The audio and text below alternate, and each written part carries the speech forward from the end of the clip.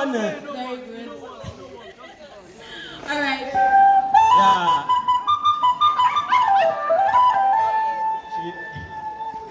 By the virtue of introduction, I by name Mohammed Rahman, the popular Ajani Akewi concept from Oyo Alaafin. So, ẹkú lé báyìí là kára lé ẹ̀rẹ̀ wá báyìí là kéwọ́ ọ̀nà. Àròkò bọ́dún dé báyìí là kágbẹ̀ o, ìgbà àrò là kákò pẹ́. Àjàní mo kéwì mo sùn yálà mo ta kókó èrè méjì àsọ.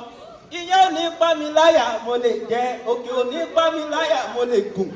Tó bá jẹ́ ti ká ṣeré jàlá mo kéwì mo wà exceptional. Mo tún ti dé mo fẹ́ mọ̀ pèdè ní gbàgede èdè. Fáwọn tó méde èégbọ́ kí wọ́n lè dé mi ládé èdè ní gbàgede. Mo ti pèdè níwájú ọba aládé. Mo tún ti pèdè níwájú àwọn ìjòyè. Náà fi dé mi ládé akóredé nínú àwọn pèdèpèdè. Ẹ máa wò mí lọ́nà tẹnu. Ìbàlọ́wọ́ Olódùmarè ọba. Paríparí ọlá ọba mi nímọ̀lá. Paríparí ọlá ọba lèwí lè ṣe.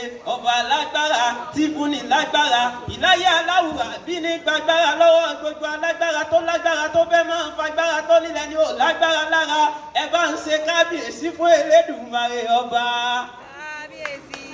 Àjàní kúnukún ni wọ́n rí náà ń dásà gbọ̀ngún yẹ àkàlà náà rí náà ń dásà bàgẹ̀bàgẹ̀. Àjàní akéwì náà rí náà ń dásà èwì kíkẹ́ o. Mo tún ti dé ságbére ẹ máa wò mí lọ́nà tẹnu. Mo fẹ́ sẹ́gbẹ̀rẹ̀ ọdẹ abẹ́ nígbẹ̀rẹ̀ ọdẹ. Ẹ máa wí pé èmi rẹ lájọ mi àbẹ̀ o. Èmi rẹ lájọ mi àbẹ̀ bó bá dàmọ̀dún kàríra wa. Èmi rẹ lájọ mọ́ bó bá dàmọ́dún kàríra wa. Èmi rẹ lájọ mọ́ bó bá dàmọ́dún kàríra wa o. Èmi rẹ lájọ mọ́ bẹ́ẹ̀. Àní mo pé gbogbo ojúmọ́ tẹ́ ẹ bá ti ọdẹ máa ṣàpọ́nlé ọdẹ ni. Bọ́dẹ bá wo sẹ́ròyà tó jẹ nínú igbó. Bọ́dẹ bá pẹran ọdẹ ò ní fún yẹn jẹ. Lónìí n ó sọ̀tàn díẹ̀. Ìtàn Adébímpé Ọ̀jẹ̀dòkun ọdẹ tó tọdẹ ni ó sì lóògùn ṣùgbọ́n lọ́jọ́ tí ikú pa Adébímpé Ọ̀jẹ̀dòkun omijé bọ́ lójú gbogbo ọdẹ. Látọjọ́ náà ni mo ti sọ wípé èmi ò ní fowó sóògùn mọ́ lọ́jọ́ tẹ́ran kó ti pọ̀ Ọ̀jẹ̀dòkun jẹ. Adébímpé Ọ̀jẹ̀dòkun èrèlú ọmọ èdìdàrẹ́ inú gbẹ ọmọ ìyálágbọ̀n lọ́jọ́ tọdẹ tìǹú gbódé sásọ pẹ́ran kó pọ̀ Ọ̀jẹ̀dòkun jẹ. Mo pé irọ́ ni lọ́jọ́ tí ọdẹ bọ ẹ̀gàn tó sọ pé ẹranko pọ̀ Ọ̀jẹ̀dòkun jẹ. Mo pé irọ́ ni. Mo ní bí Adébímpé bá dénú gbó èkùlù òní ojúnumọ̀ rẹ̀ léso igi. Mo pé bá Adébímpé bá dénú gbó ẹtù òní ojúnumọ̀ rẹ̀ lọ́kà.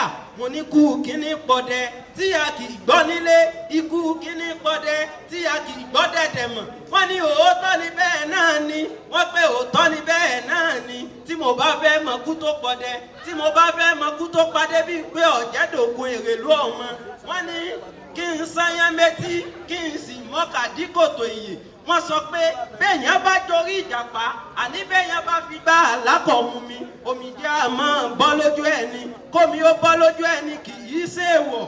Nígbà tó bù ṣe gàdà tó bù ṣe gèdè tẹ̀ràn kò jẹ́ kí wọ́n gbádùn lọ́nà àfúyẹ́ gẹ́gẹ́ ni wọ́n bá ránṣẹ́ fọmọ ìyálágbọ̀n. Nígbà tó débẹ̀ ń kọ́ ẹbí mi pé kí ló ṣẹlẹ̀ lẹ́yìn ọdẹ ṣẹ́gbẹ̀rẹ̀ ọdẹ abẹ́ nígbẹ̀rẹ̀ ọdẹ. Mo pé èmi náà ya gbé kan pọ̀ o èmi náà ya gbé kan pọ̀ ìyàwó mi bí bèjì. Èmi náà ya gbé kan pọ̀ o ìyàwó mi bí bèjì. Èmi náà yá gbé ẹ̀yin ọmọ ìlú Ìbàdàn tí ń bẹ níbi ẹjẹ́ ń sáré lé àwọn bàbá tó bí yín lọ́mọ. Ẹ̀yin ọmọ Ìbàdàn ẹjẹ́ ń wọ́wọ́ yín lókè lala. Ìbàdàn lójò ìlú Ògúnmọ́lá olódòdó kẹrin lójú ogun ọwọ́ ṣòkòtò kẹ̀ǹbẹ̀rẹ̀ bí ìjà àgbàlá bíkúnlé ó tóbi ó jókòó bá bẹ́ẹ̀ lòmíì lọ nílé bàbá tó bí yín lọ́mọ. Ológbòjò níyín sọgbọ́yọké ọmọ oníkéere ike ẹ̀yìn òjọ́ tọ́ya ká má ṣe gbé yín fọ́ya gànàgbọ̀ ẹ̀yẹn yóò jọ́ tòṣà kí wọ́n ṣe gbé yín fòsàn aláwẹ̀ ṣé kí ẹ̀yin wá jọ kí àmúṣe ẹ̀yẹ ni ọmọ ní kí ẹ̀yin gẹ́dẹ́ Ọ̀yọ́ ni mí Ọ̀yọ́ ni bàbá mi Ọ̀yọ́ ló di méjì ọmọ tẹ̀là Ọ̀yọ́ náà ti ní kí olówó kó tún gbowó Ọ̀yọ́ náà ti ní kí wọ̀fà ó dá tọwọ́ rẹ̀ ẹ̀lẹ̀ kó lè dìjà kó lè dápọn kọ́ba aládé Ọ̀yọ́ kó lè rí tiẹ̀ níbẹ̀ ni Ọ̀yọ́ tètè mọ̀ mí eléwúkọ àjíbọ̀kè ẹ máa wí pé Ọlọ́run má jẹ́ àsúra wa o Ọlọ́run má jẹ́ àsúra wa ìrun àsìkò ìsúnmọ́ mi ní Ọlọ́run má jẹ́ àsúra Àjàní Akéwì lèmi jẹ́ Àjàní tí fèwì yìí sọ̀jìnlẹ̀ ọ̀rọ̀. Thanks for listening.